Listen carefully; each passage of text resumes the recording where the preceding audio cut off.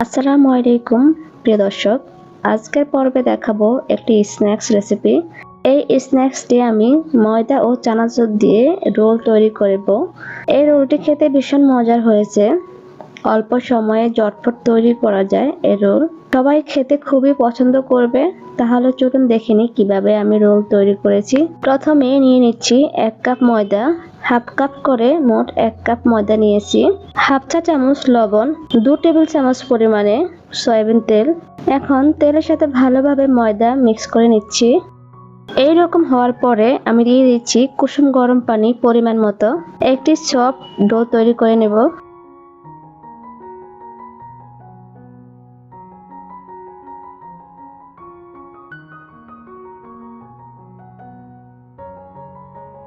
Soft do তৈরি করা হয়ে গেছে।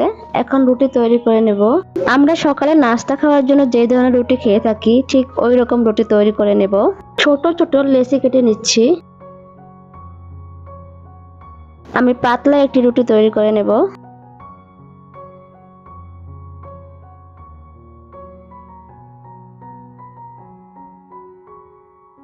এই রুটি কতটা পাতলা হয়েছে দেখুন, দেখলেই বুঝতে পারবেন। এভাবে আমি সবগুলো রুটি তৈরি করে নেব। এখানে মোট 10টি রুটি হয়েছে, একই সাইজের এবং একই রকম। এখন এই রুটিগুলো আমি হালকা ছেঁকে নেব। চুলার আঁচ লো রেখে আমি হালকা ছেঁকে নিচ্ছি।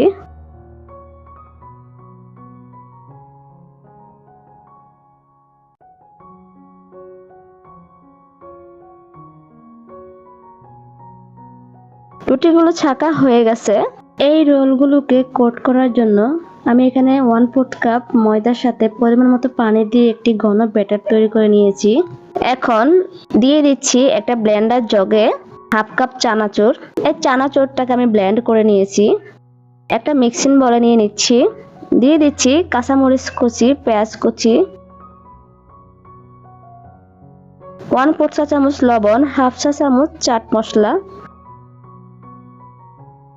ভালোভাবে মিক্স করে নিচ্ছি। রোলের ভিতরে পুর দেওয়ার জন্য রেডি। চলে যাচ্ছি এখন রোল তৈরি করে নেব। রুটিগুলোকে সমানভাবে সেট করে আমি 2 দিক দিয়ে কেটে নেব।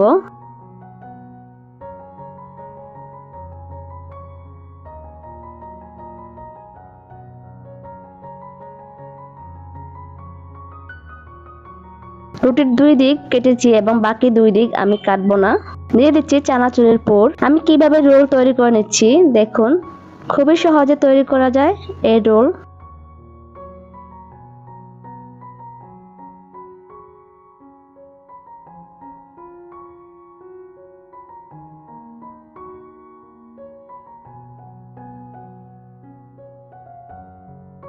তৈরি হয়ে গেছে রোল।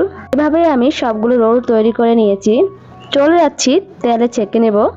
আপনি চাইলে রোল ডুবা তেলে ভেজে নিতে পারেন, আমি অল্প তেলে ভেজে নেব।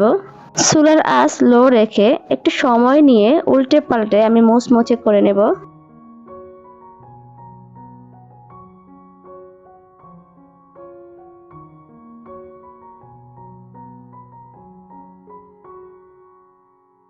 তুলে নিচ্ছি প্লেটে।